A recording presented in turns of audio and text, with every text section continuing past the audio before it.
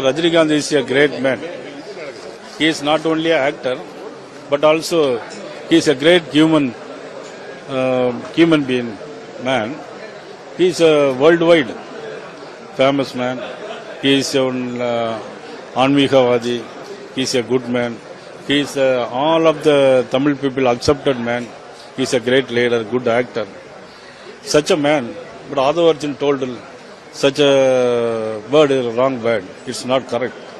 It's not forgive the Rajini fans.